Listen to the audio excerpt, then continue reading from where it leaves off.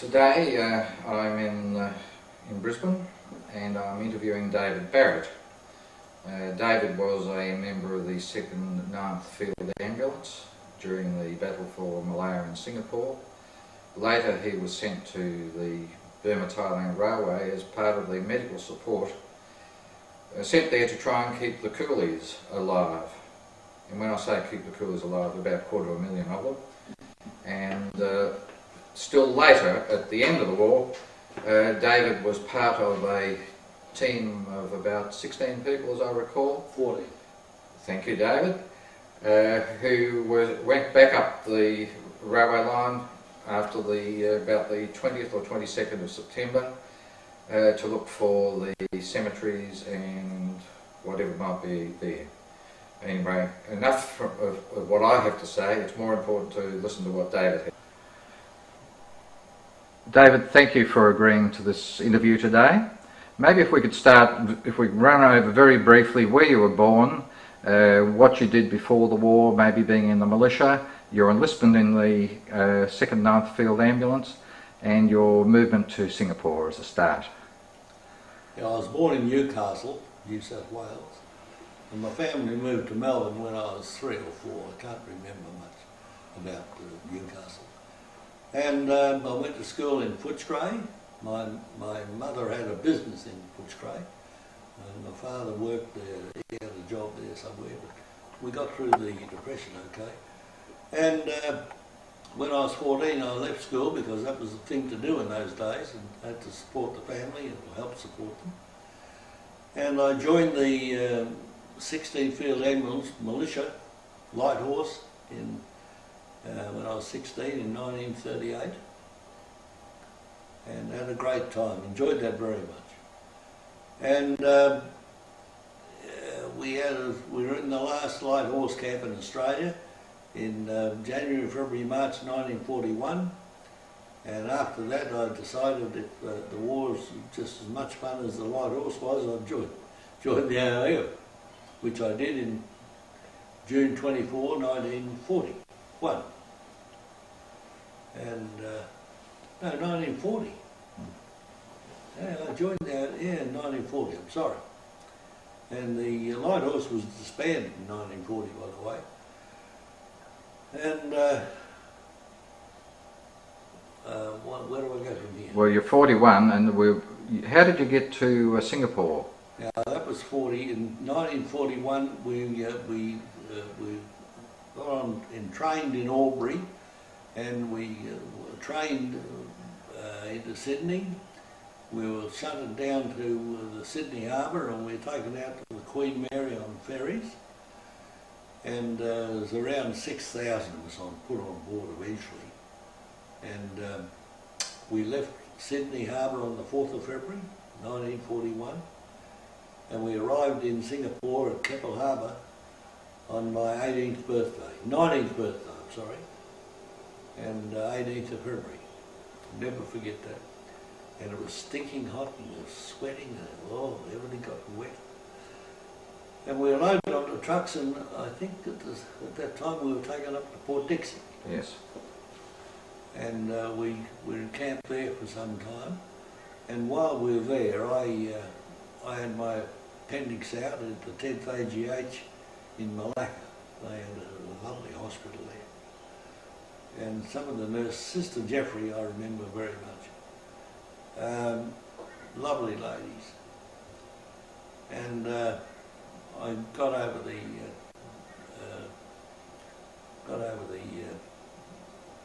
Appendix operation. Pretty quickly. And we moved then down to Kotatingi. And we operated between Kotatingi and Mersing and Endau. And when the Japs got to us, and we met them for the first time, that's when the trouble started. Can I just hold you at that stage? When did you, were you aware that there was going to be trouble with the Japanese? Was there a build-up? And when did you know that they'd actually landed on the Malayan mainland? Well, everyone knew they landed at Kotatingi and at Kotabaroo. Yes. And we all knew what was happening up there. Yes. We got reports.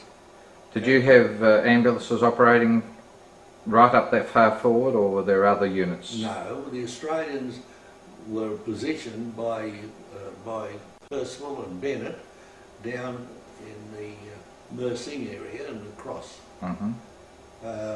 And I think we had an Indian battalion or something on the left too.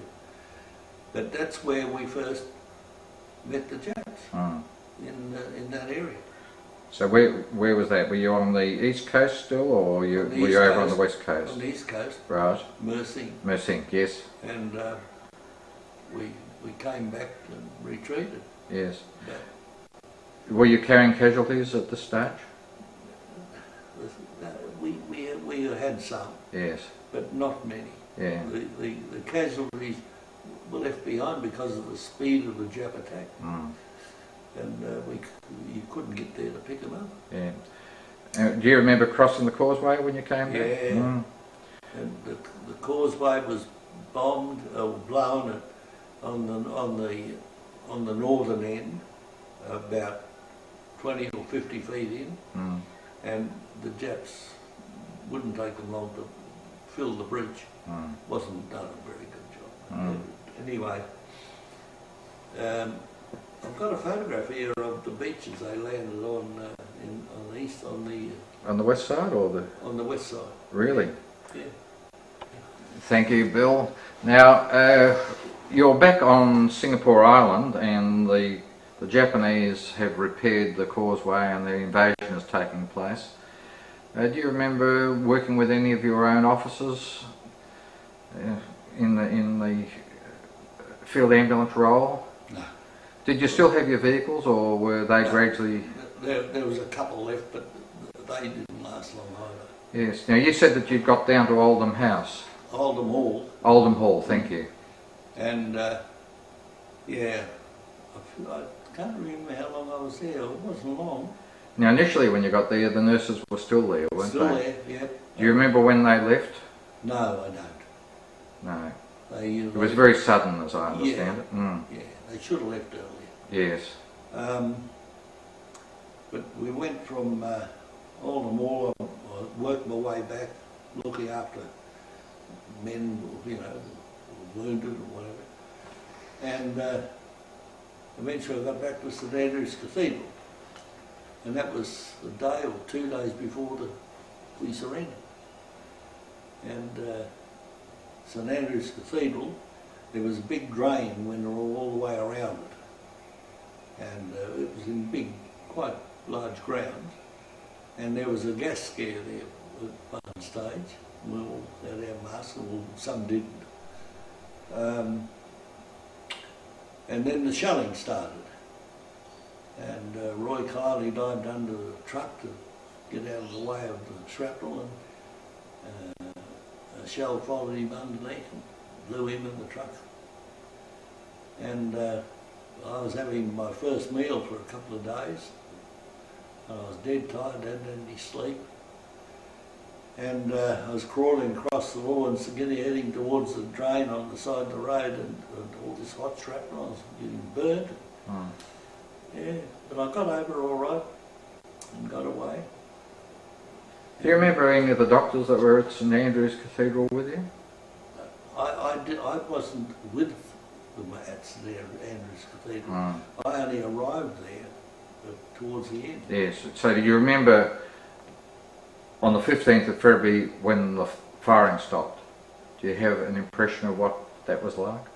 See, I wasn't in, I didn't work in St Andrew's Cathedral. I wasn't inside. No. At any stage. Yes. Although they had bags of sugar on the windows protecting them. Yes.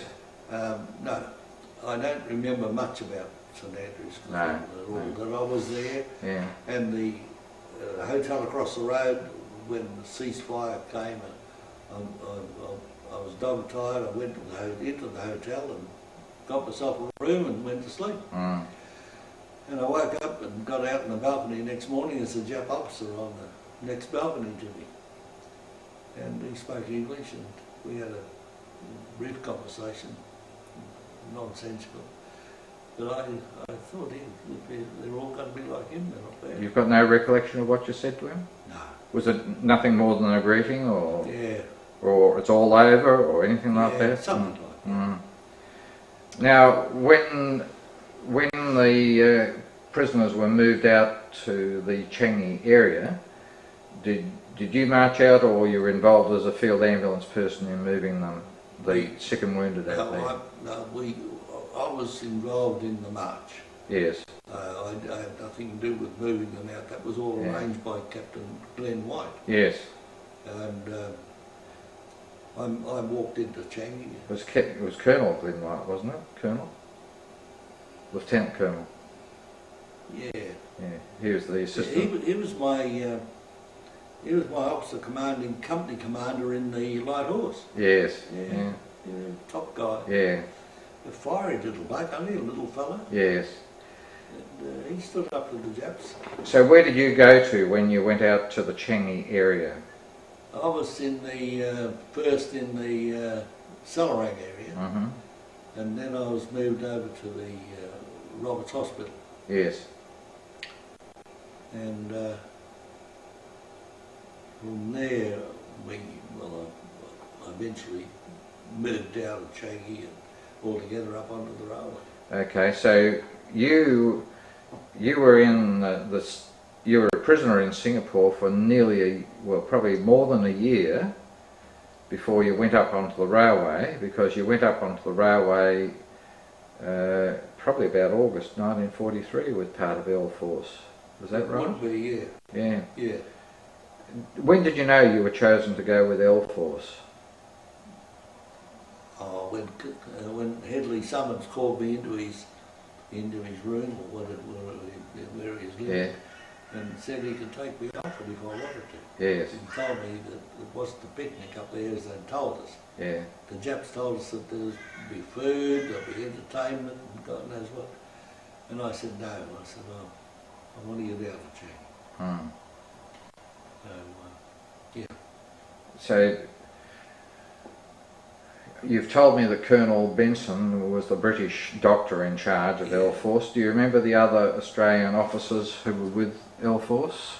Dr. Murphy? Yes, Major Murphy. Major Murphy. Was Crackshaw one? I think he was. I'll just stop for a moment. David, you just mentioned, you had told me, of course, that Colonel Benson was the officer in charge. You also mentioned something about how he used to address you and how you responded to that. Yeah. You want me to repeat that? Yeah, he used to call me Barrett. So I objected to that. I said my rank is private. My known nickname was Digger. I said, you can call me either one of those, but don't call me Barrett. And he coughed. He said, oh, that's reasonable. He never called me Barrett again. That's good. Now, you did mention that you knew Major Murphy, and he was a 2nd 10th Field Ambulance man. What about Major Andrews or Captain Major Crankshaw? Do you remember either of those being with your group? Yeah, but now I wasn't involved in. There was nothing medical much to do there. Yes. I was more involved in the digging of graves out in the cemetery, and manual labour like that. So I didn't have great contact with them. Yeah. What was the furthest that you went up the line? Now, you've told me that you were at Kanchanaburi, or Canberra as you used to call it then. Yep, Canberra. And Tamakan? Yeah, Tamakan. Were you further up at any time? No. Were you involved in the F&H Force Hospital when it was established in... F Force came into our camp on their way back. Yes. And we had a powder there. They were all lousy with nits, and we sprayed this powder over them, but no medical supplies. And they were dying there on the ground in front of us. Mm. God, poor buggers. And they eventually went back to Singapore to Changi, and that's when Changi had moved from Changi to the Changi jail. Mm. And Blackjack Gallagher, when he saw them lined up, he said, "Where's the rest of them?" Mm. Well, it's still up there. Yeah. And Yeah, apart from that, Bobby Small, he was, I don't know what unit he was. He died there. Yeah. We'll have a look at that one, Bobby Small. Have you had contact from any member of his family at all? No? Okay. Now, let's talk a little bit more about this. When Air Force moved out, what did you do for the rest of the war, well, till the end of the war, as a medical orderly? Well, we could continue to stack the bodies in the graves there, the natives. The coolies, yes? Yeah. Well, they weren't called coolies, No. Rumushka. Ramusha, yeah. And Ramusha. and then I was moved to Petbury, I think. Mm. We were building an airstrip, and I took over there was no doctor with us. There was about 200 men, and I looked after them. Mm. And I got the Japs because I was a cheeky bugger. I used to go into the village with them, and I used to get some things for them, medicines and so on. And that was probably the best camp I was in the whole war. Mm. So when you went and you got these medical supplies from the Japs or from the Thais or who? I used to buy them from the Thais. So where'd you get the money from to buy? From the Japs. They gave you money. Mm-hmm. And sometimes the Thais would give us. In Kanchanaburi there was, I can't think of his name. Boon Pong. Boon Pong, yeah. And I used to meet with him out the cemetery. I used to say, the Jap, I'm going to Banjo, and that's the toilet. You know what I mean. And I'd meet with Boon Pong out there. And the boys had, the Jap was to follow me, they had a signal on the shovel, picks and make a noise, and I would know, and I could shuffle him off, and, you know. And I met with him quite often. And so did you pay him or did he take IOUs? no, we sold old army socks, holes and everything, because the Siamese girls pulled them apart and knitted more things with them. And fellas had money in there, and they wanted it changed into Thai money, English money, English pound. So I changed that for them for a percentage, and well, I had money to buy things. But Boon Pong, he was fantastic. He used to give us things. Yeah. Now, when you were a prisoner of war, had you ever heard of Lieutenant Colonel Dunlop?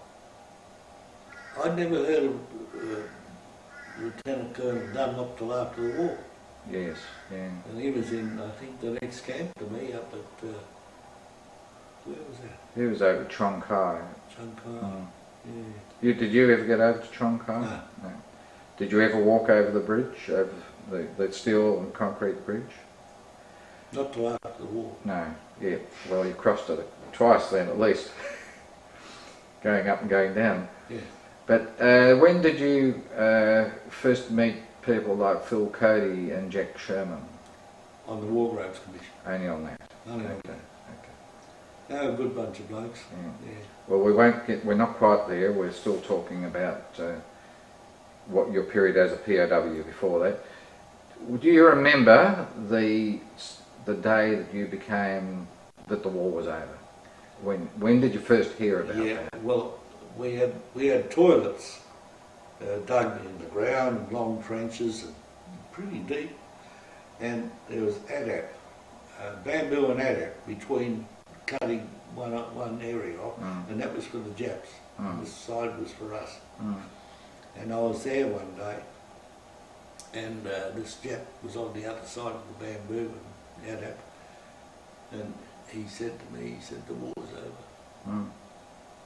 And we'd been told this many times before, but it wasn't over. And so I thought about it, and the way he said it sort of got me going. And I decided to take a risk. So I walked out past the guardhouse out to the road. Mm. In normal times, if the war hadn't been over, I would have been shot. Mm. And this was at Fetbury, was it? Yeah. No. Where were you now? Yeah, I think it was Petbury, yeah. And I walked back into the camp and nothing said. And then the planes came over and we were taken to a big mass camp where all the boys were brought in, well, all the survivors were brought into this camp. And that's when the 4-engine planes came over down about this high, you know, and opened their bomb bays and everyone panicked. They thought the war was starting again. And they dropped these torpedoes, 3-ply, like a torpedo shape, cylinder. full of food, full of tin food, and they'd explode on hitting the ground. They're supposed to hit the ground and slide along and stop, but they burst open and tins of blokes got broken, clavicles and bones from them. But it was very welcome. And a Jap officer, a Jap doctor, a German, a British officer, parachuted in and came in through the attic roof of the hut. And I went in and rescued him. And he'd broken his camera coming in. So I said, well, can I have the camera and the film? He said, yeah. He said, no good to me. So I fixed it. And I took photographs in the camp of the 2nd Rifle Ambulance boys. I've got them here somewhere. And then we were flogging off the parachutes and selling them to the Thais, and we got good money for those. And an American officer with 2 pearl-handled revolvers on his hip, he floated in. And he said, hey, you guys, that's a USA, equipment. He said, you can't steal their parachutes. And so somebody went up to him, took his guns off him and told him where to go. And we kept selling the parachutes. Yeah. Do you remember the name of the British officer that do you know the name of the British officer who went through the attic roof of the hut? Wouldn't have a clue. Was he on his own, or did he have a signaller with him? No, he came down on his own. Oh, he appeared to. Then somebody else came down a bit further up. Yeah. They were separated. Yeah. So what did he do? What did he do when he came into the camp? I don't know. No. I just got his camera and proceeded to take some photographs and organise the boys, and he went his way. Yes. But there would have been a couple of thousand men in that camp yes. at the time, yeah. And you're not quite sure where that was? No. No, that was between Petbury and Bangkok. Yes. And they trucked us into Bangkok and they put us in the Chamber of Commerce buildings and we had palliasses to sleep on the floor. And I said, God, the war's over, there's enough of this for me. So I went to a Jap camp and commandeered a truck and put everything saleable onto it and in it, and took it all down to Paddy's Market and sold it all, truck and all. And Max Wall and I, he's dead now, he was 2nd 19th, I think. We moved into the On Hotel, and that's where Lieutenant Lehman discovered me. I don't know why I was recommended for the War Graves Commission, but I was. And that's where he found me. And the war was on in between the Thais and the Chinese. And hand grenades were being flung around. You had to be careful with the night. And but he was okay. Now, just before we get on to the War Graves Commission's work, and I want to take you back a long way, when you came from Singapore to Siam, your trip would have been a little bit different from the other groups where there were thousands moving when you only had, what, 200 going up with L Force, weren't you? Yeah, well, A Force went up on a ship to Tamori in Burma. Yeah.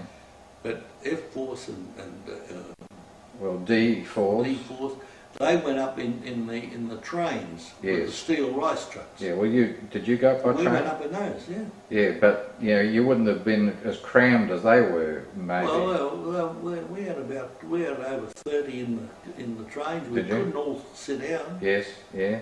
And and the heat was terrific. Yes. And 5 days. Yes. Yeah.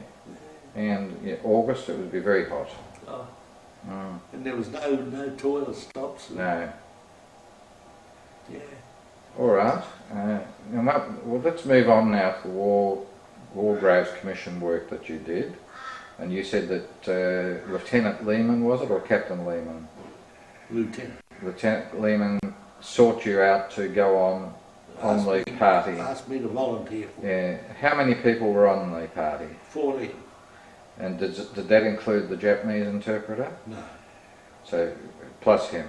Plus him, and we took a lot of Japs. Engine drivers, the diesel truck drivers. Yes. And they were our guards of the night. We issued with them rifles. Yes. And some ammunition. They now used the carpet. Yes. And they did. Now that's a good point. How many trains or locomotives did you take up? One locomotive. Yes. Was that a steam engine? A steam engine, yeah. And that's the one that's in Canberra there still. We had a jeep on the train. What was that, on a flat top following? No, it was in a steel. Oh, was it? Covered thing. Yeah. And then the diesel was that was an ADAP roof. Yes. Two carriages sort of thing. Yeah. Well, to just have the locomotive, the diesel locomotive, which. No, steam locomotive. You had the steam locomotive, but you had a diesel one as well, didn't you? You had two, didn't you? No, not well.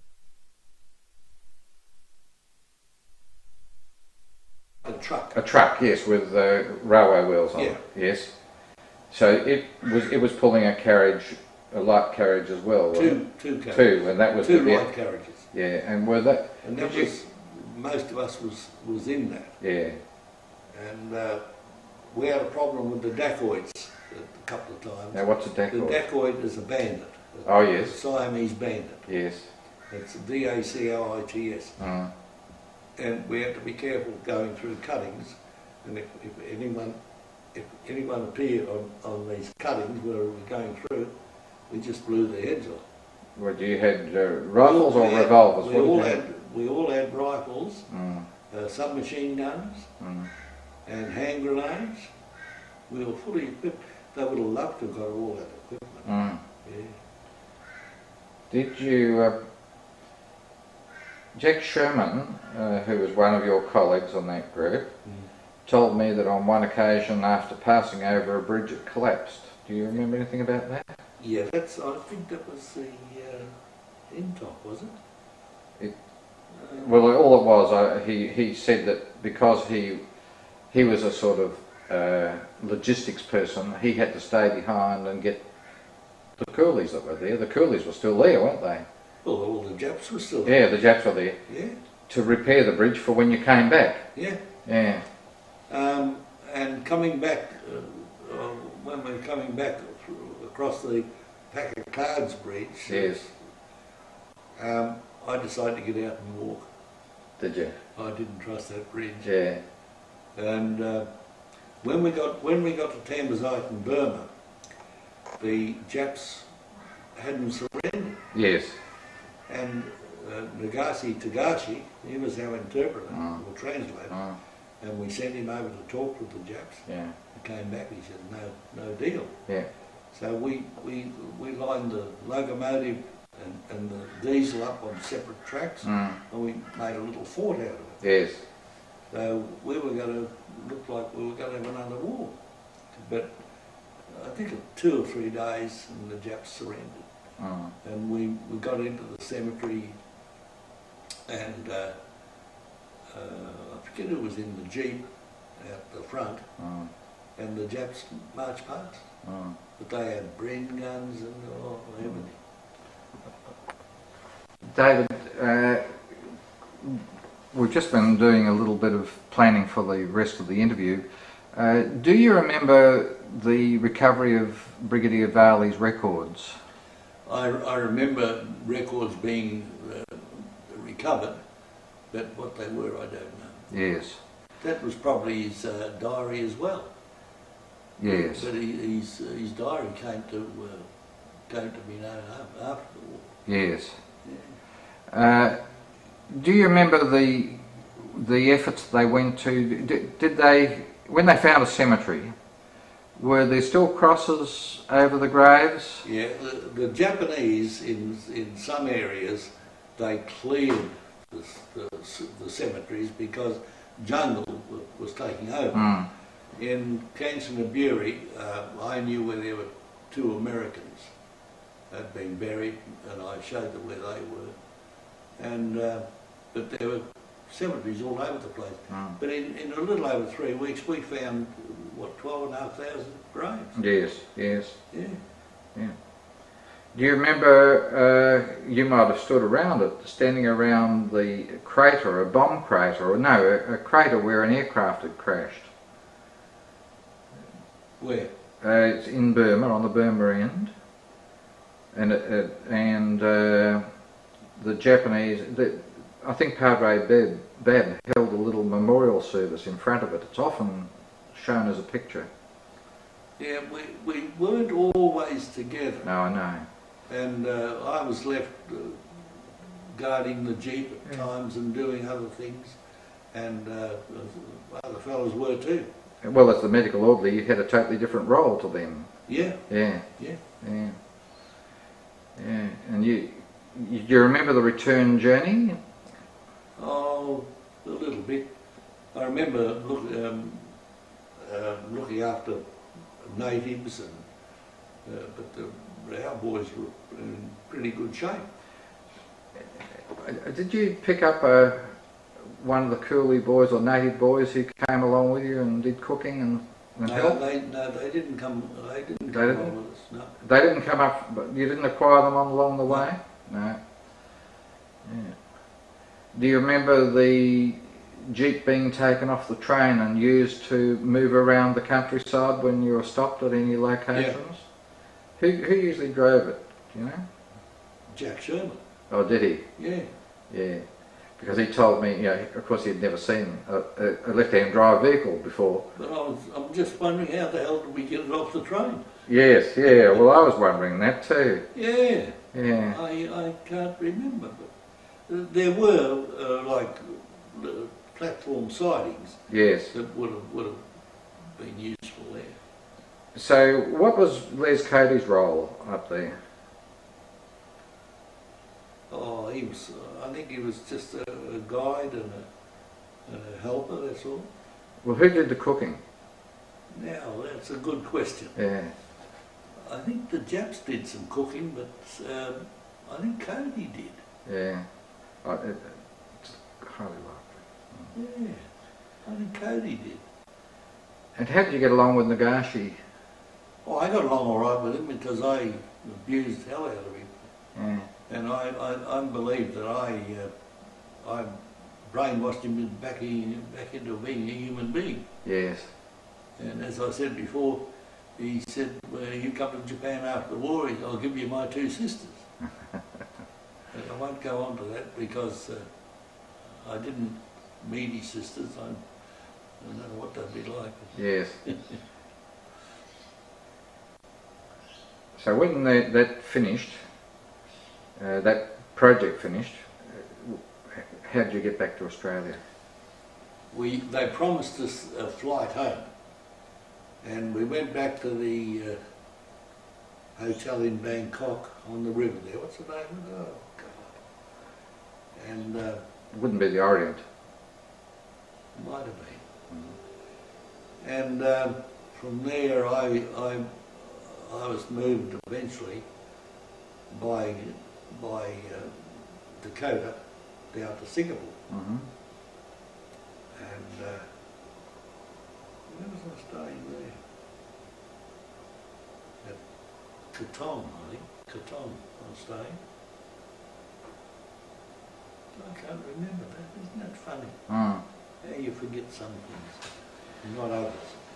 But I can't remember the date I left Singapore, but we came home on a small tramp steamer called the HMAS Corowa.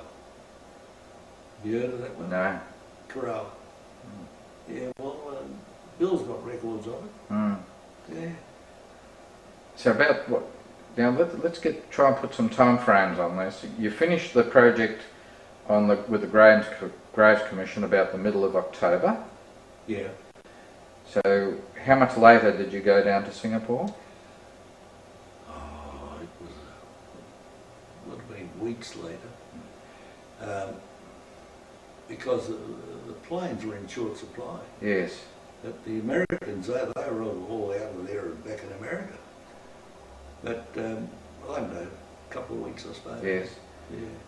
Whilst you were in the Graves Commission, I presume you'd been reissued with decent clothing? You weren't wearing Jap happies or anything like that? When the Americans moved out, they left their clothes behind, and I got out of my lap into shorts and shirts, and they were all second hand. I don't remember what I wore up there. Mm. Because as far as I know, we were never issued with anything. Mm. And when you're at Kanchanaburi, do you remember where the airfield was?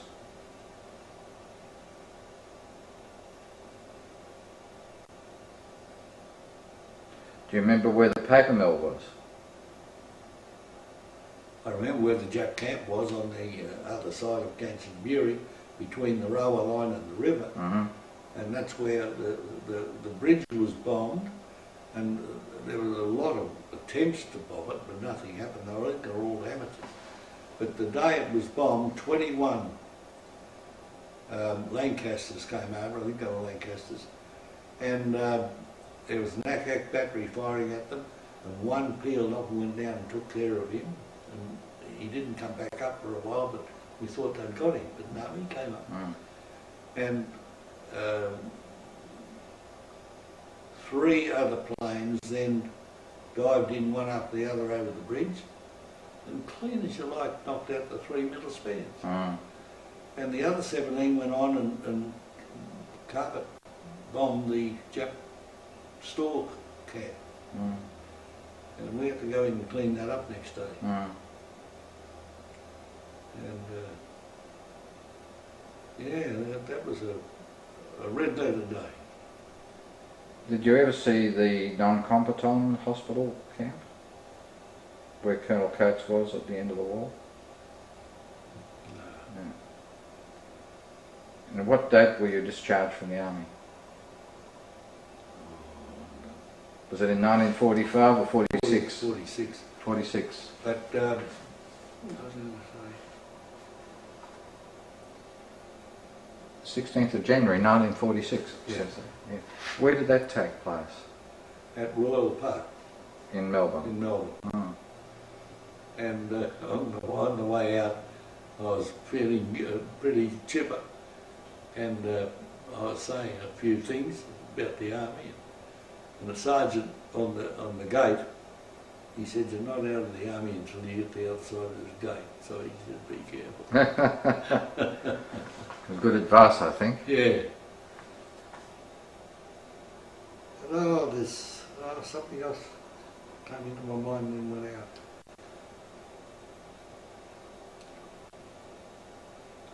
Oh dear.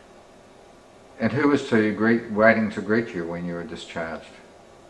Oh, no one. No one? No family? No. When I got home, Mm. my mother had died in 1944, Mm. and that was the reason why I volunteered to go up back to the road. I didn't want to go home then. And my sister and Was that Ethel Barrett, was it? Was your mother Ethel? Ethel Pearl Hawke was her maiden name, Mm. and that's Bob Hawke's niece. Ah. Yeah. He's my first cousin. Mm. And the ship pulled into Port Melbourne. Coming home, we arrived at Fremantle. We had to leave in Perth, and I went to buy things there, and you had to have coupons. So all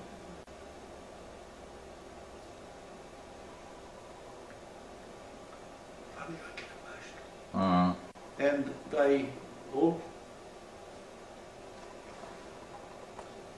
Now I think you had told me that you, when you were in Fremantle, you were impressed with the generosity of people giving you coupons to be able to make purchases. Yes, very generous. And then when your vessel was going to leave, there was a problem with that? Yeah, the wharf labourers were on strike. They wouldn't refuel that ship. So we sailed around to Albany and on a Friday, and the mayor opened the town for us, the whole town, the whole weekend, and we had a wonderful time. Then we sailed on to Melbourne, and I had 2 kit bags full of goodies for my family and friends, and the wharf labourers got those. Oh. So I arrived home with nothing. Yes, yeah. And I won't repeat my language, but you can imagine.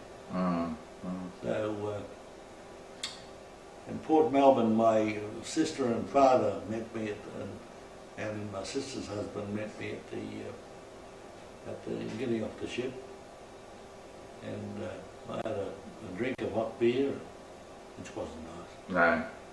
But the Red Cross took us home in a car, a Red Cross car, and I was there for the weekend, and then I was moved into Heidelberg Military Hospital on the Monday, and I was treated for hookworm, dysentery, malaria,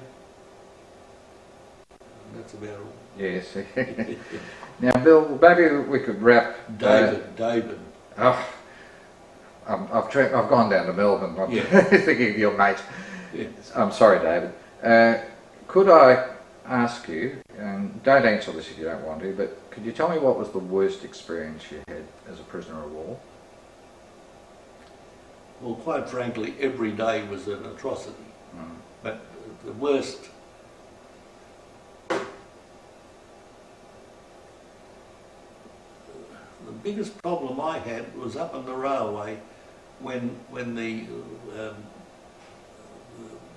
Lancaster bombers, the 4-engine bombers, came down and bombed the railway. And when they were practicing bombing the bridge, there was a POW camp on the end, on one end, close to the bridge, and bombs dropped in there, and some fellows were killed and wounded.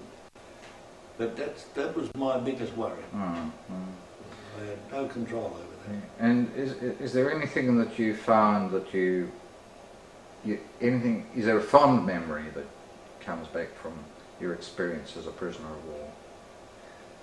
I was on NHK TV in Tokyo in '91, and they asked me, was there any good Japs I met? I said, well, I'm happy to say yes, one. What was his name?